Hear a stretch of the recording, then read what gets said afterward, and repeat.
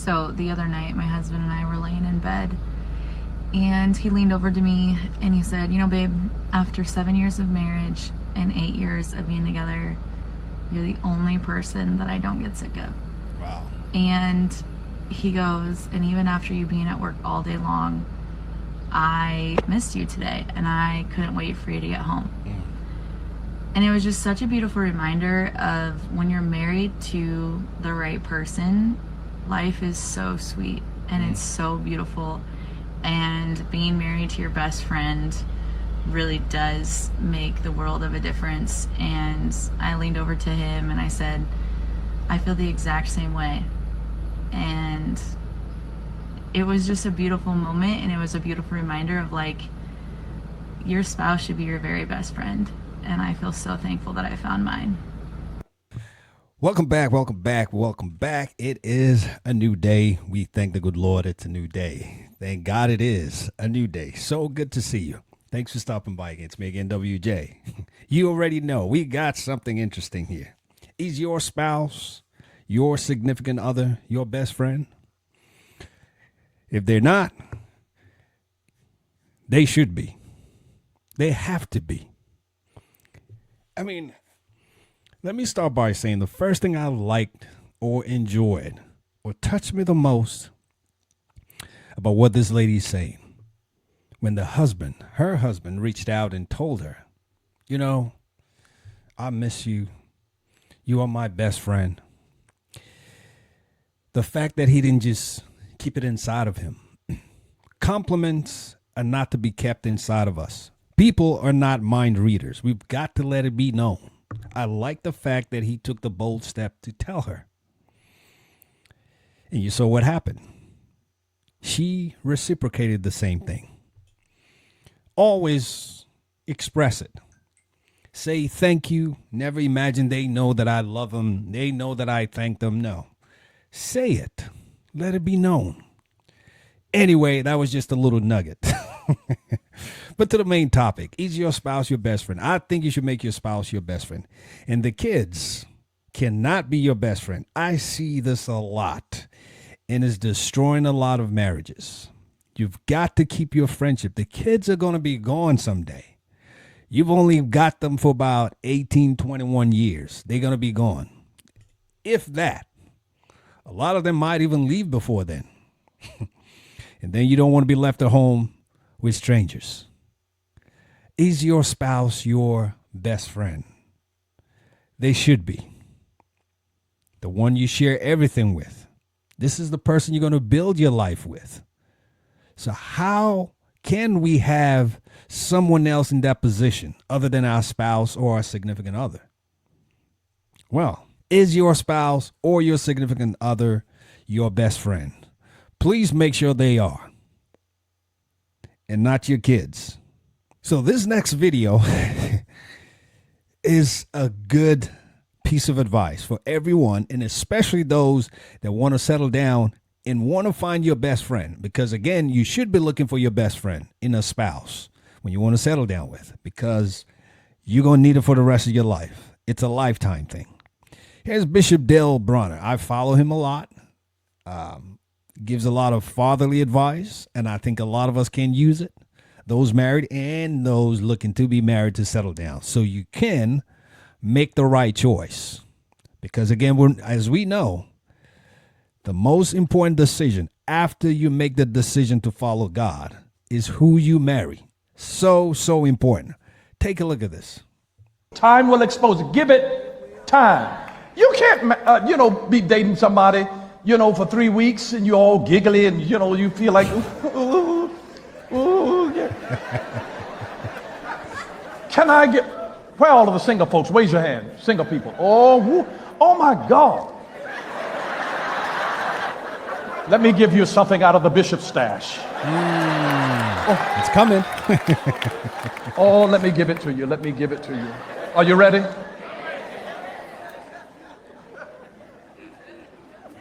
Don't go after somebody that makes you feel butterflies in your stomach. Go for somebody who doesn't raise your cortisol level. Wow. Your peace. All of the Pharisees. Ooh. Trust me, you're not the first and only person feeling the butterflies. And it's all right when you feel it, but you don't know who else he's making them feel that. She's making them feel.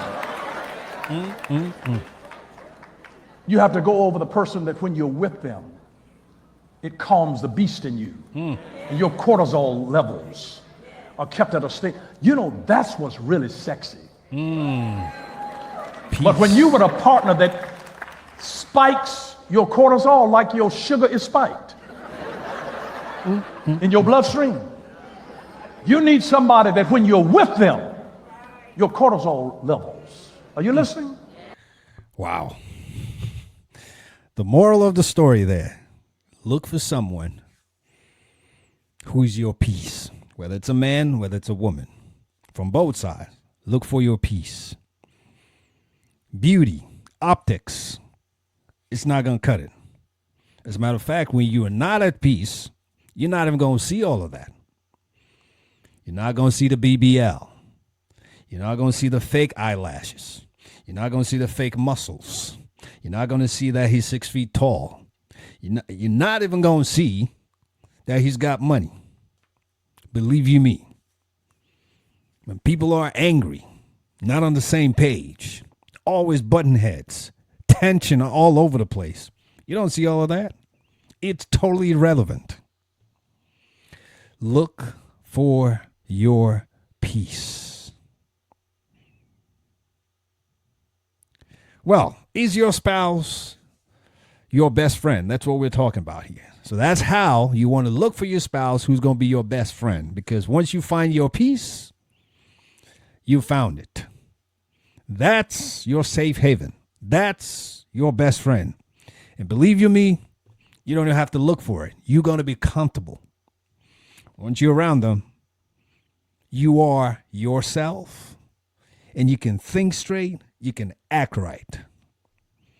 So look for your peace as a man and as a woman,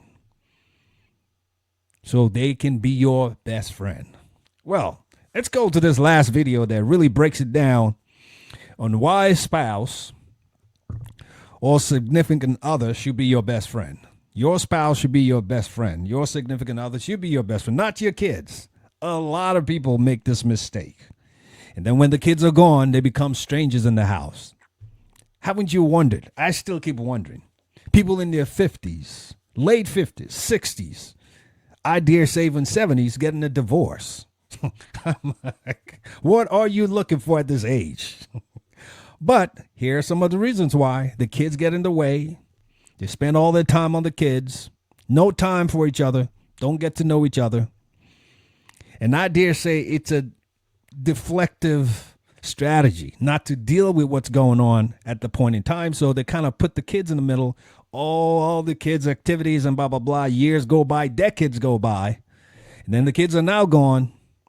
And that's why in some cases you'll find out some parents, mothers and fathers, now trying to live their own lives through the kids' lives by interfering in the kids' marriages. Leave your kids alone. Let them live their lives. You've lived yours. Well, take a look at this. Please put your comments in the comment section below. Here we go.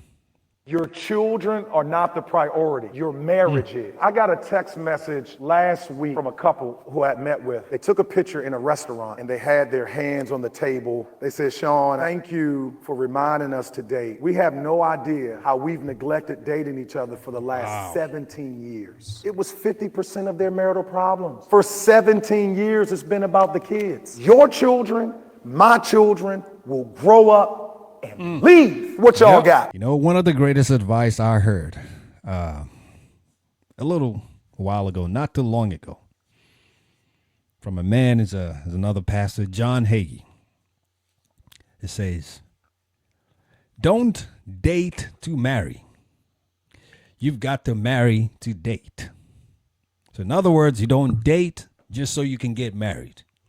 Now you go get married so you can keep dating. Think about that for a second.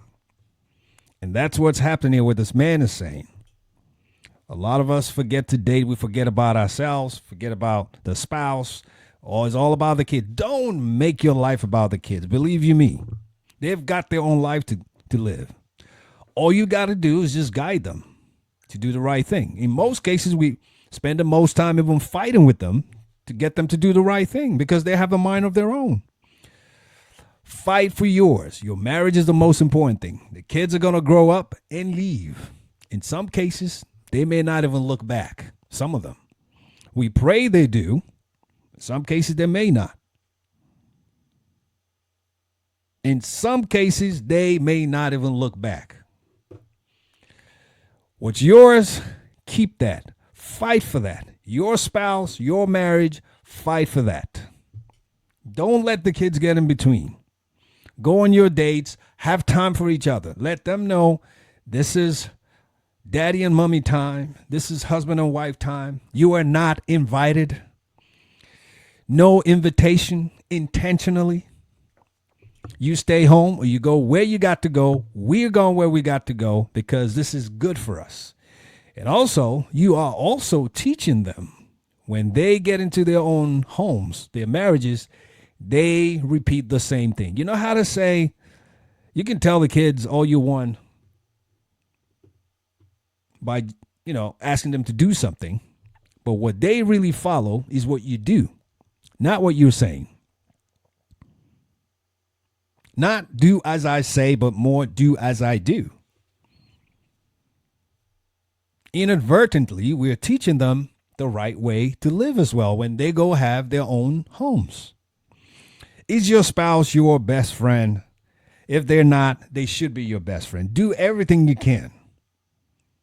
It's never too late. It's never over until it's over. Do not let the kids get in between. They're going to leave someday. Always remember that. You don't want the kids to leave and then you left with a stranger in the house. And you know what happens when you're now with a stranger. Is your spouse or your significant other your best friend? Please make sure and do not make your kids your best friend. They are not your best friend. You are a parent parenting the kids. That's all it is. They love you, you love them. There's only so much you can do with your kids.